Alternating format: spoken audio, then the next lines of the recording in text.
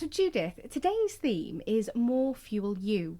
And on my way to the studio, I stopped to fill up my car with fuel. So how does the work across trading standard services affect the transactions at the pumps? Some of your older listeners may recall us being referred to as inspectors of weights and measures.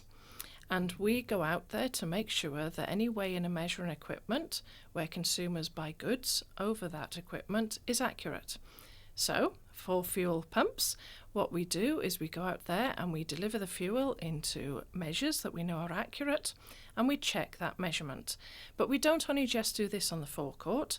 The other things we're doing is we're checking that mechanically measured delivery is transferred into an electronic price to pay, an electronic amount of delivered, and also that things like chip and pin or presets are all checked for accuracy so that the whole system across the petrol forecourt is tested for accurate by your inspector of weights and measures. And that's really important, so we know that we're getting the amount that we're paying for, particularly with everything costing so much at the moment.